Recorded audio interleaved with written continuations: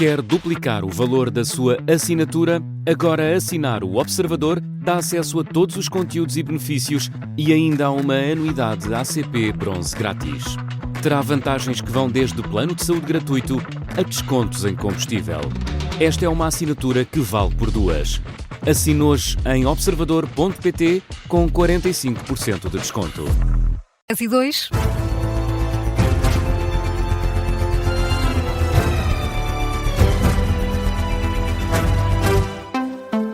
Notícias às 10 com Carla Jorge de Carvalho. A UGT diz que avança para a paralisação geral dos trabalhadores por falta de negociação do governo e rejeita as acusações do primeiro-ministro de partidarização da greve. A UGT aderiu à greve geral de dia 11 de dezembro, convocada pela CGTP. Em causa está o anteprojeto do governo para a reforma laboral, que está a ser negociado em concertação social, mas no explicador desta manhã, Mário Mourão, o secretário-geral da UGT, diz que, apesar das reuniões regulares com o Executivo, a posição do Governo não tem mudado. A última reunião que tivemos foi no dia 27 de outubro. A proposta que tínhamos em cima da mesa é a mesma que nos tinham entregue em agosto de 2024. Portanto, isto não é negociações e, portanto, a UGT, face a este impasse, resolveu ir por outra via, porque, de facto, quando falha a negociação e o diálogo, resta a rua, resta a luta. O Primeiro-Ministro acusou ontem a UGT e a CGTP de terem intenções partidárias e de avançarem para a greve geral para beneficiar PS e PCP, insinuações que são rejeitadas por Mário Mourão. Ninguém dá lições de moral à UGT sobre negociação e contratação. E quero dizer, também com as declarações que o Sr. Primeiro-Ministro tem feito, a UGT já assinou um acordo com o atual Primeiro-Ministro. Sempre teve disponibilidade. Não são questões partidárias que estão na UGT. A UGT sempre conviveu com aquilo que são os interesses dos seus sindicatos e da própria UGT. Mário Mourão, secretário-geral da UGT, aponta ainda alguns das medidas com as quais o sindicato diverge em relação à reforma laboral, a flexibilização do mercado de trabalho e a alteração aos regimes relacionados com a maternidade. Já o presidente da Confederação Empresarial de Portugal fala de uma banalização da greve. Convidado também do explicador, Armindo Montar, das críticas às centrais sindicais pela convocação do protesto. Aquilo que está aqui a fazer é forçar um ruído na rua, fazer parecer que está uma alteração profundíssima da lei do trabalho, quando não é.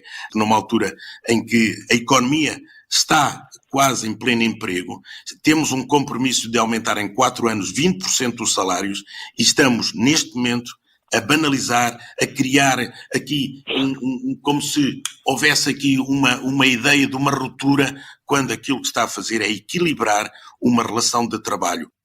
O presidente da CIP, Armindo Montar, diz que fica surpreendido com a posição da UGT, porque diz que costuma estar mais disponível para a negociação, ao contrário da CGTP. Pedro Frazão enviou uma mensagem em vídeo para um congresso do grupo supremacista Reconquista, um movimento que o vice-presidente do Chega diz ser considerado um aliado do partido. Pedro Frazão foi uma das figuras que marcou presença no evento do Reconquista este fim de semana, num pavilhão, na Maia. De acordo com o Expresso, na mensagem enviada, o deputado do Chega deixou elogios ao movimento, que acredita defender a direita cristã em Portugal. Dedicou também algumas palavras a dirigentes da AfD, o partido de extrema-direita alemão, que estava presente no encontro. É de recordar que o líder do Reconquista, Afonso Gonçalves, é investigado pelo Ministério Público e pela Polícia Judiciária por suspeita de discurso de ódio. Várias escolas em Portugal estão a distribuir alunos do primeiro ano por turmas de outros anos. A situação acontece especialmente na zona da Grande Lisboa. Um dos exemplos é a Escola Básica Carni de Luz, onde a Rádio Observador apurou que uma turma do primeiro ano está sem professor desde setembro. O presidente da Associação de Pais Encarregados de Educação da Escola, José Lacerda, assume que está preocupado. Neste momento o que nós temos são cerca de 15 a 16 crianças sem professor. O dia-a-dia delas é serem repartidas pelas outras turmas, de primeiro ano, segundo, terceiro e quarto. E nós estamos muito preocupados realmente com a situação destas crianças, não é? Porque não está a ser proporcionada a atenção devida a estas crianças, a estabilidade que elas merecem neste primeiro contacto no ambiente escolar. Preocupa-nos muito porque não vemos uma solução à vista. Se estas crianças não tiverem um professor em breve, o que é que será o futuro destas crianças? Vão passar por um segundo ano sem terem aprendido o que era suposto no primeiro ano? vão reprovar estas crianças? São as perguntas deixadas pelo representante dos pais encarregados de educação da Escola Básica Carni de Luz, que pertence ao agrupamento Virgílio Ferreira. A direção deste agrupamento aguarda pela colocação de um docente. A FENPROF garante que esta é apenas uma das muitas situações provocadas pela falta de professores no primeiro ciclo, sobretudo em Lisboa, onde a habitação é mais difícil. A Rádio Observador já questionou o Ministério da Educação sobre este caso em particular. Ainda aguardamos a resposta. E arranca hoje a COP30 no Brasil. A Associação Zero entende que Portugal tem um papel acrescido para facilitar pontes entre a União Europeia e a Conferência das Nações Unidas. Na cidade brasileira de Belém estão mais de 50 mil pessoas a fazer parte das delegações de 170 países. Vão começar uma maratona de negociações que deve durar 2 semanas para encontrar soluções para reduzir as emissões de gases com efeito de estufa. A Associação Zero admite que vai ser uma reunião difícil. Francisco Ferreira considera que as boas relações entre Portugal e o Brasil conferem ainda mais importância à participação portuguesa. Não vai ser, mais uma vez, uma reunião fácil, apesar de ser das mais importantes, porque a cada 5 anos são estabelecidas novas metas para cada um dos países em termos de emissões de gases de efeito de estufa. E, neste caso, os países estão a apontar as suas metas para 2035. Portugal tem aqui uma relação privilegiada com o Brasil, pode e deve construir aqui pontes, nomeadamente entre a União Europeia e a presidência da Conferência, que desempenha sempre um papel muito importante, que está, obviamente, a cargo do país que a recebe. Francisco Ferreira, da Zero, entende que é preciso acelerar os planos para a adaptação climática. Nesta cimeira, o objetivo é garantir cerca de 34 mil milhões de euros por ano dedicados à transição para as energias renováveis. E Carla, há fim à vista para a paralisação do governo dos Estados Unidos. Republicanos e democratas chegaram a acordo no Senado, mas a decisão não é consensual. Não é a ala mais à esquerda do Partido Democrata, com nomes como Bernie Sanders ou o novo mayor de Nova Iorque, já vieram criticar os colegas de partido pelo passo dado nas últimas horas.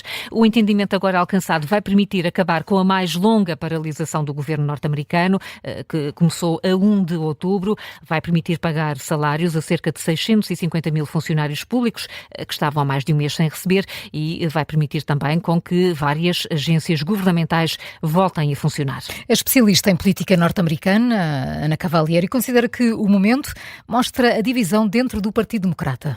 Ouvida pela Rádio Observador, considera que o acordo já peca por tardio e que a população norte-americana precisava que fosse dado este passo. A dor para o povo americano estava-se a amontoar e eu penso que os 7 democratas pensaram que talvez seria suficiente garantir, e isto foi o que o John McCain garantiu, uma votação no final do ano relativamente aos subsídios, e então vamos ver quem é que irá publicamente se manifestar contra prolongar estes benefícios de saúde, e até lá temos um Partido Democrata um pouco dividido.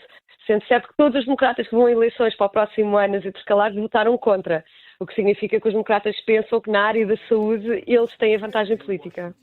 A análise de Ana Cavalieri, ouvida pela Rádio Observador. Apesar do aparente acordo no Senado, a Câmara dos Representantes ainda vai ter de reunir-se para formalizar o fim do shutdown. A decisão ainda vai passar pelo presidente Donald Trump. São agora 10h11. Carla, já a seguir o Contracorrente. Primeiro, as outras notícias em destaque. A semana vai começar com chuva, que pode ser persistente e forte, sobretudo nas regiões norte e centro do país. O Instituto Português do Mar e da Atmosfera avisa que deve chover quase todos os dias desta semana. Já emitiu um aviso amarelo para o distrito do Porto, entre hoje e quarta-feira, e também para os distritos de Viana do Castelo e Braga. O Japão emitiu um alerta de tsunami após um novo sismo de magnitude 6.2. A região nordeste do país já tinha sido abalada ontem por um outro sismo de 6.9 na escala de Richter. Esta mesma zona voltou a ser abalada mais uma vez. São informações da Agência Meteorológica do Japão. O abalo aconteceu pelas 4 da tarde, eram 7 da manhã em Portugal. As autoridades emitiram o alerta de tsunami para várias regiões. Israel libertou 15 corpos de palestinianos que apresentavam sinais de tortura e execuções, é o que indicam fontes médicas de hospitais na faixa de Gaza, citadas pela agência palestiniana Wafa. Os corpos foram libertados através do Comitê Internacional da Cruz Vermelha e levados para um complexo médico em Khan Yunis, no sul do enclave. E temos aqui mais uma confirmação para os concertos do próximo verão, agora no Alive.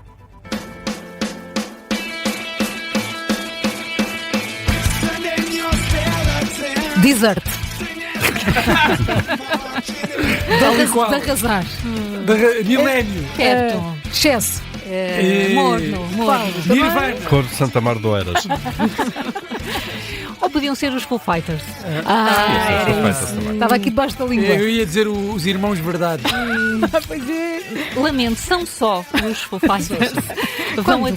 Vão atuar em julho do próximo ano, segundo dia do festival, 10 de julho. 10 de julho. 10 de julho. E isto é o regresso dos Foo Fighters à Europa. Estão aqui numa nova digressão. Muito bem, olha. É apontar. Ainda bem para eles. São presença regular. Assídua. Também não é assim. É tipo Ivete Sangalo. É tipo Ivete Sangalo do Rock in Rio. Ainda se fossem os Desert. Eu percebo. Ainda ia, eu ia.